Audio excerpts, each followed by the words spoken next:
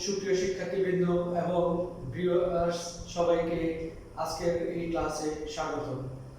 আমি মোহাম্মদ নুরুল আফসার, সহকারী শিক্ষক, গণিত বিজ্ঞান কাহিনী উচ্চ বিদ্যালয় ফেনী সদর ফেনী।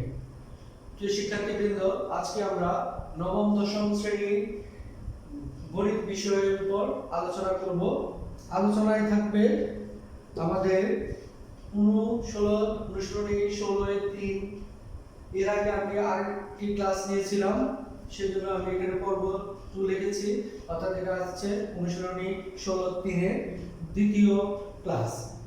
আমরা প্রথম ক্লাসে কিছু গাণিতিক সমস্যা সমাধান করেছিলাম। আজকে আমরা তোমার ওই অধ্যায়ে দুইটি গাণিতিক সমস্যা সমাধান করব। প্রিয় শিক্ষার্থীবৃন্দ, সবাই আসো আমরা তাহলে গাণিতিক সমস্যাটি সমাধান করি। দেখো, গাণিতিক সমস্যাটি আমি বোর্ডে উল্লেখ করছি, যেখানে আছে একটি গাড়ির সামনের চাকার ব্যাস 28 সেন্টিমিটার এবং পিছনের চাকার ব্যাস হচ্ছে 35 সেন্টিমিটার। 88 মিটার পথ যেতে সামনের চাকা পিছনের চাকা অপেক্ষা কত পূর্ণ সংখ্যক বার বেশি ঘুরবে? তাহলে শিক্ষার্থী বন্ধুরা দেখো, আমাদের যে তথ্যগুলো দেওয়া আছে তার মধ্যে একটা গাড়ির সামনের চাকা এবং পিছনের চাকার ব্যাস দেওয়া আছে। তাহলে সামনের চাকার ব্যাস হচ্ছে কত? 28 সেন্টিমিটার, পিছনের চাকার ব্যাস হচ্ছে কত? 35 সেন্টিমিটার। তাহলে টোটাল 88 মিটার পথ যেতে সামনের চাকা পিছনের চাকা অপেক্ষা কত পূর্ণ সংখ্যক বার বেশি ঘুরবে? তাহলে এখানে দেখো, চাকাটা আমরা সবাই গাড়িতে চড়ি, বাস, তারপর হচ্ছে তোমার সিএনজি, মোটরসাইকেল ইত্যাদি যানবাহনে আমরা চলাচল করি। দেখবা চাকাগুলো দেখতে কোন আকৃতি? চাকাগুলো হচ্ছে তোমার বৃত্তাকৃতি বা গোলক আকৃতি বলতে পারি আমরা, গোলাকার বা বৃত্তাকার। তাহলে সেই ক্ষেত্রে আমাদের এখানে আমরা যে কাজটি করব, দেখো সেক্ষেত্রে ব্যাস দেওয়া আছে, তোমার পিছনের চাকার ব্যাস দেওয়া আছে। তাহলে ব্যাস থেকে এই তথ্যটা থেকে আমরা চাকা কি বের করতে পারবো? পরিধি বের করতে পারবো। আমরা যদি চাকার পরিধি বের করতে পারি তাহলে চাকাটা কতবার ঘুরে সেই হিসাবটা আমরা করতে পারবো। তাহলে দেখো, আমরা লিখতে পারি সমাধান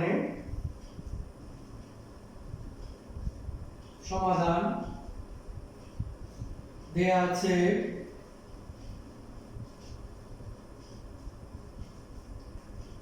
সামনের চাকার ব্যাস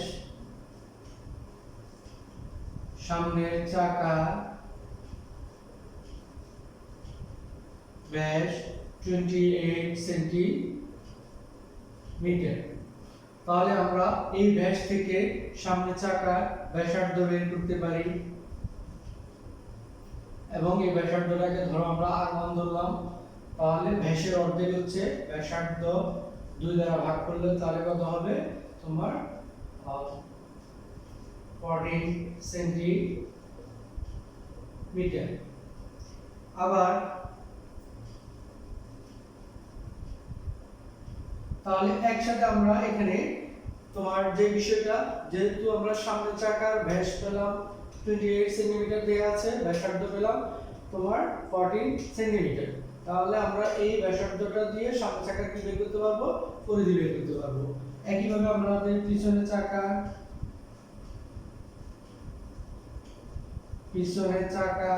ব্যাস 35 সেন্টিমিটার। তাহলে পিছনের চাকার ব্যাসার্ধ, এটাকে আমরা r2 ধরলাম। তাহলে 35 কে 2 দ্বারা ভাগ করলে তোমার 17.5 সেন্টিমিটার। তাহলে আমরা কি পেলাম? এখানে সামনের চাকার ব্যাসার্ধ পেলাম এবং পিছনের চাকার ব্যাসার্ধ পেলাম। তাহলে আমরা এখন কি বের করতে পারি? এখন সামনের চাকার পরিধি এবং পিছনের চাকার পরিধি বের করতে পারি। সুতরাং সামনের চাকার পরিধি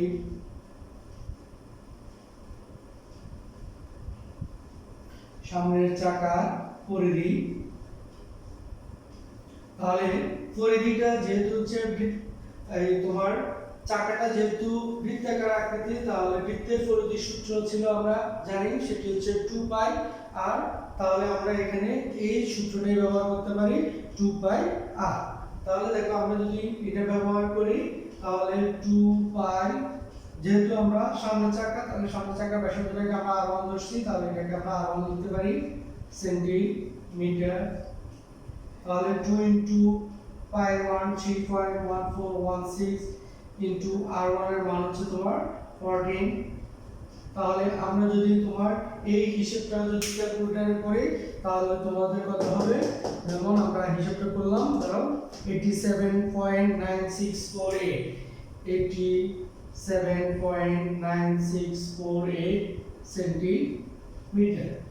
তাহলে দেখো শিক্ষার্থী বন্ধুরা আমরা সামনের চাকা পরিধি পেলাম 87.9648 সেন্টিমিটার। একইভাবে আমরা পিছনের চাকার পরিধি বের করব। পিছনের চাকার পরিধি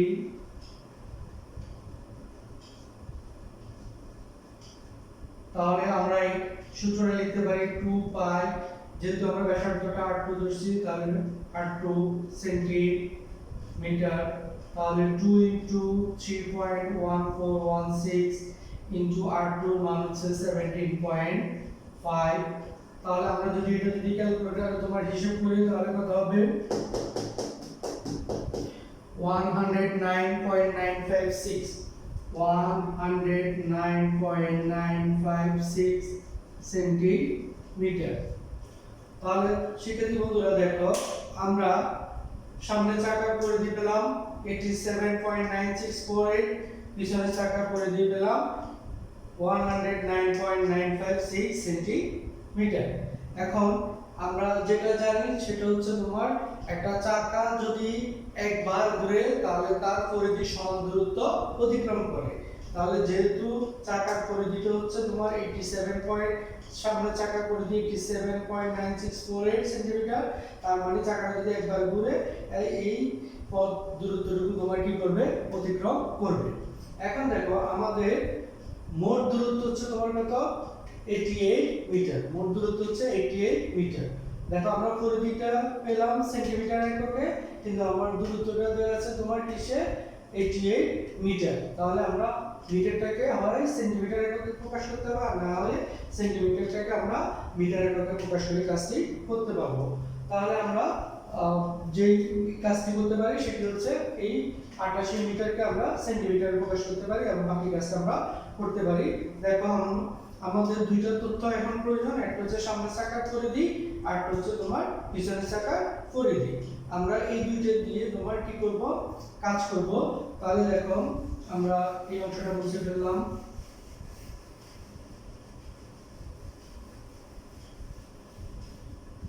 আমাদের এই দুইটা দরকার আছে, আমি শুধু এই দুইটা রাখলাম। সুতরাং 88 মিটার 88 মিটার সমান, আমরা এটাকে যদি সেন্টিমিটারে প্রকাশ করি তাহলে 100 সেন্টিমিটারে 1 মিটার আমরা জানি, তাহলে আমরা এটা দ্বারা গুণ করলাম 8800 সেন্টিমিটার। তাহলে এটা হচ্ছে আমাদের মোট পথ, এটা হচ্ছে আমাদের মোট পথ। তাহলে এত সেন্টিমিটার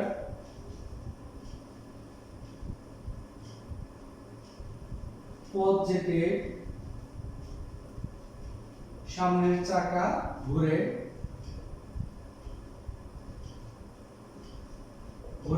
তাহলে এই যে মোট যে পথটা দেয়া আছে, মোট পথকে আমরা সামনের চাকার যে পরিধি আছে এটা দ্বারা যদি আমরা ভাগ করি তাহলে হবে 87.9648। তখন চাকা ঘুরে এটা যে ফলাফলটা আসবে তত বাদ। আমরা যদি এটা দ্বারা যদি ভাগ করি তাহলে তোমার কত হবে দেখো, তাহলে 100.04 বার, কিন্তু আমাদেরকে বলছে পূর্ণ সংখ্যক বার, তার মানে আমাদেরকে পূর্ণ সংখ্যা নিতে হবে। তাহলে আমরা এটাকে লিখতে পারি 100 বার প্রায়। এরপর আসো 88,800 সেন্টিমিটার পথ যেতে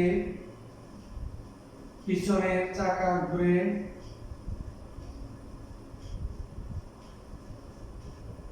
তাহলে আমরা এখানেও কি লিখতে পারি, এখানে আমরা লিখতে পারি মোট পথ হচ্ছে আমাদের এটা, এবং পিছনের চাকার পরিধি ছিল তোমার 109.956, তাহলে তত বার। এখন আমরা যদি এটাকে যদি ভাগ করি তাহলে কত হয় আমাদের দেখো, ভাগ করলাম 80.03 বার। তাহলে আমরা এটাকে যদি পূর্ণ সংখ্যায় নিই তাহলে কত হবে 80 বার। এখন দেখো সামনের চাকা ঘুরে কত বার 100 বার, পিছনের চাকা ঘুরে 80 বার। তাহলে সামনের চাকা 100 আর পিছনের চাকা হচ্ছে 80, তাহলে কোন চাকাটা বেশি ঘুরে সামনের চাকাটা বেশি ঘুরে। আমাদের বলছে সামনের চাকা পিছনের চাকা অপেক্ষা কত পূর্ণ সংখ্যক বার বেশি ঘুরবে। তাহলে আমরা লিখতে পারি সামনের চাকা পিছনের চাকা অপেক্ষা বেশি ঘুরে। তাহলে আমরা 100 থেকে 80 টা বাদ দিতে পারি, তাহলে আমরা কত পাই 20 বার। তাহলে শিক্ষার্থী বন্ধুরা দেখো আমরা গাণিতিক সমস্যাটা সমাধান করলাম, যেটা হচ্ছে আমাদের বের করতে বলছে সামনের চাকা পিছনের চাকা অপেক্ষা কত পূর্ণ সংখ্যক বার বেশি ঘুরবে। তাহলে সামনের চাকা পিছনের চাকা অপেক্ষা বেশি ঘুরে 20 বার। তাহলে আমরা আমাদের যেই কাঙ্ক্ষিত উদ্দেশ্য ছিল সেটা আমরা বের করলাম, সেটা হচ্ছে এটা। তাহলে শিক্ষার্থী বন্ধুরা তোমরা নিশ্চয়ই গাণিতিক সমস্যাটা বুঝতে পারছো।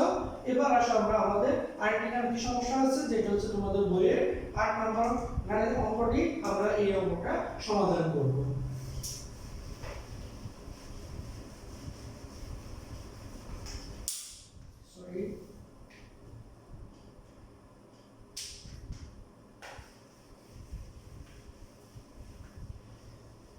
দেখো এখানে প্রশ্নটা হচ্ছে একটি বৃত্তের পরিধি 220 মিটার, ওই বৃত্তে অন্তর্লিখিত বর্গক্ষেত্রের বাহু দৈর্ঘ্য নির্ণয় করো। তাহলে দেয়া আছে কি একটি বৃত্তের পরিধি, তাহলে যে বৃত্তটির কথা বলছে আমরা ওই বৃত্তে তোমার ব্যাসার্ধটা ধরে নিব। তাহলে আমরা প্রথমে কি করব, আমরা ধরে নিব মনে করি বৃত্তের ব্যাসার্ধ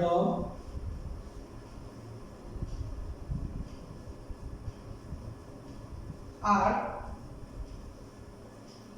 একক, বা আমরা যেহেতু এখানে মিটার এককে আছে তাহলে আমরা এটাকে আর মিটার ধরে নিতে পারি, আর মিটার। সুতরাং বৃত্তের পরিধি তাহলে কত হবে 2 পাই আর মিটার। তাহলে দেখো শিক্ষার্থী বন্ধুরা আমরা যদি বৃত্তের ব্যাসার্ধকে r ধরি তাহলে বৃত্তের পরিধি পাই আমরা 2 পাই r, আর আমাদের প্রশ্নে দেওয়া আছে বৃত্তের পরিধি হচ্ছে 220 মিটার। তাহলে আমরা প্রশ্ন মতে লিখতে পারি, আমরা লিখতে পারি 2 পাই r সমান 220 বা r সমান 2 পাই। আমরা যদি দুই দ্বারা এটাকে কাটি তাহলে 110 বা r সমান, তাহলে এখানে উপর হচ্ছে 110, পাই এর মান হচ্ছে 3.1416। তাহলে আমরা যদি তোমার 110 কে 3.1416 দ্বারা যদি ভাগ করি তাহলে আমরা পাই তোমার 35.01। তাহলে দেখো শিক্ষার্থী বন্ধুরা আমরা যে বৃত্তটির কথা প্রশ্নে উল্লেখ করা আছে সেই বৃত্তে আমরা ব্যাসার্ধটা পেলাম 35.01। তাহলে বৃত্তের ব্যাস কত হবে, সুতরাং বৃত্তের ব্যাস হবে ব্যাসার্ধের দ্বিগুণ। তাহলে 0.1 * 2, তাহলে এটা যদি আমরা গুণ করি 70.02 মিটার। তাহলে দেখো শিক্ষার্থী বন্ধুরা আমরা পেলাম তোমার বৃত্তের ব্যাস হচ্ছে 70.02 মিটার। এখন বৃত্তের ব্যাসটা কেন আমরা বের করলাম, দেখো আমাদেরকে বলছে একটি বৃত্ত, ওই বৃত্তের মধ্যে তোমার একটি কি আছে বর্গক্ষেত্র আছে। তাহলে আমরা যদি একটা বৃত্ত অঙ্কন করি, বৃত্তটা ছোট হয়ে,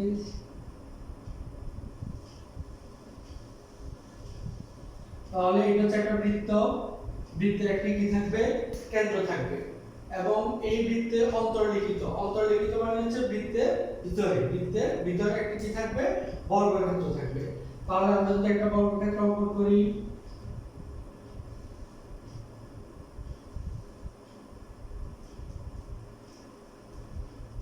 আমরা একটা বর্গক্ষেত্র অঙ্কন করলাম, ধরো এটার নাম দিলাম আমি এ বি সি ডি। তাহলে এটা হচ্ছে একটি বর্গক্ষেত্র। এই বর্গক্ষেত্রের কর্ণের দৈর্ঘ্য হবে তোমার বৃত্তের ব্যাসের সমান, যে অর্থাৎ বৃত্তের মধ্যে বৃত্তের কেন্দ্র দিয়ে অতিক্রমকারী জ্যাকে আমরা ব্যাস বলি। যেহেতু এই রেখাটা তোমার জ্যাটা কেন্দ্র দিয়ে গেছে, তাহলে এটা হচ্ছে বৃত্তের ব্যাস, এবং ওই বৃত্তের ব্যাসটা এবং বর্গক্ষেত্রটা হচ্ছে তোমার কি কর্ণের সমান। তাহলে আমরা জানি বৃত্তে অন্তর্লিখিত, আমরা জানি বৃত্তে অন্তর্লিখিত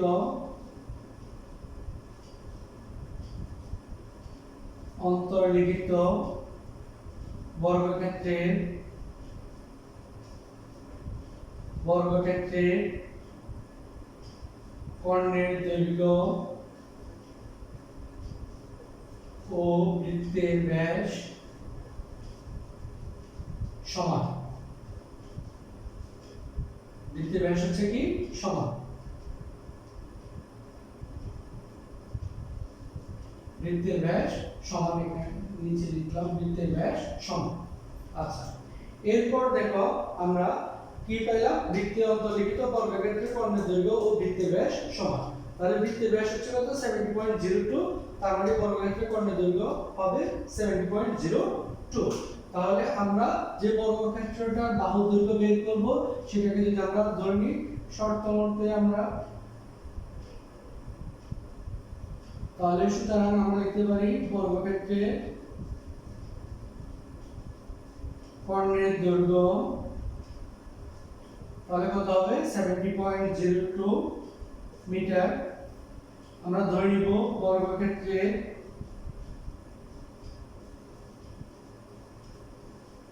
বাহু দৈর্ঘ্য a মিটার, তাহলে বর্গক্ষেত্রের কর্ণের দৈর্ঘ্য হবে √2a মিটার। এটা হচ্ছে বর্গক্ষেত্রের কর্ণের দৈর্ঘ্য সূত্র। অর্থাৎ বাহু যদি a হয় তাহলে কর্ণের দৈর্ঘ্য হবে √2a। তাহলে এটাও কর্ণের দৈর্ঘ্য, এটা কর্ণের দৈর্ঘ্য, তাহলে এই দুটো কর্ণের দৈর্ঘ্যটা তোমার কি হবে, সমান হবে।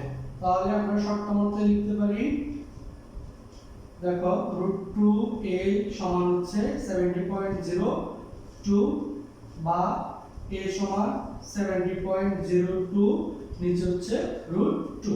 তাহলে আমরা 70.02 কে যদি আমরা √2 দ্বারা যদি ভাগ করি, তাহলে আমরা উত্তরটা পাই 49.517 মিটার। তাহলে দেখো শিক্ষার্থী বন্ধুরা, আমাদেরকে বলছে বর্গক্ষেত্রের বাহুর দৈর্ঘ্য নির্ণয় করো। আমরা বর্গক্ষেত্রের বাহুর দৈর্ঘ্যকে কি ধরছি, a ধরে আমরা এর মানটা পেলাম কত, 49.517 মিটার। অর্থাৎ আমাদের এই বৃত্ত অন্তর্লিখিত বর্গক্ষেত্রের বাহুর দৈর্ঘ্য হচ্ছে এই যে, এটা হচ্ছে আমাদের 49.517 মিটার। তাহলে শিক্ষার্থী বন্ধুরা, আজকে আমাদের আলোচনার মধ্যে ছিল তোমার দুটি গাণিতিক সমস্যা। আমরা সেই দুটি গাণিতিক সমস্যা সমাধান করেছি। আশা করছি তোমরা নিশ্চয়ই বুঝতে পারছো, এবং এই জাতীয় যত গাণিতিক সমস্যা আছে তোমরা সকল গাণিতিক সমস্যার সমাধান করতে পারবে, আমি এই আশাবাদ ব্যক্ত করতেছি। শিক্ষার্থী বন্ধুরা, তাহলে আমি আমার ক্লাসের শেষ পর্যায়ে, তোমরা আমার সাথে এতক্ষণ যুক্ত থাকার জন্য, তো আমার সাথে থাকার জন্য তোমাদেরকে ধন্যবাদ। পাশাপাশি আমি তোমাদেরকে বলবো যে আমার এই ক্লাসগুলো আরো বেশি ক্লাস পেতে আমার যে ইউটিউব চ্যানেল আছে আফসার্স স্কুল, এই চ্যানেলটা সাবস্ক্রাইব করবা, ক্লাসগুলো দেখবা, লাইক কমেন্ট এবং নোটিফিকেশন অর্থাৎ বেল বাটনটা অন করে রাখবা, যাতে আমি যে ক্লাসটি আপলোড করি সেটার সাথে সাথে তোমরা পেয়ে যাও। এবং আগামী অনলাইন ক্লাস দেখার আমন্ত্রণ জানিয়ে আমি আমার ক্লাস এখানে শেষ করলাম। ধন্যবাদ সবাইকে।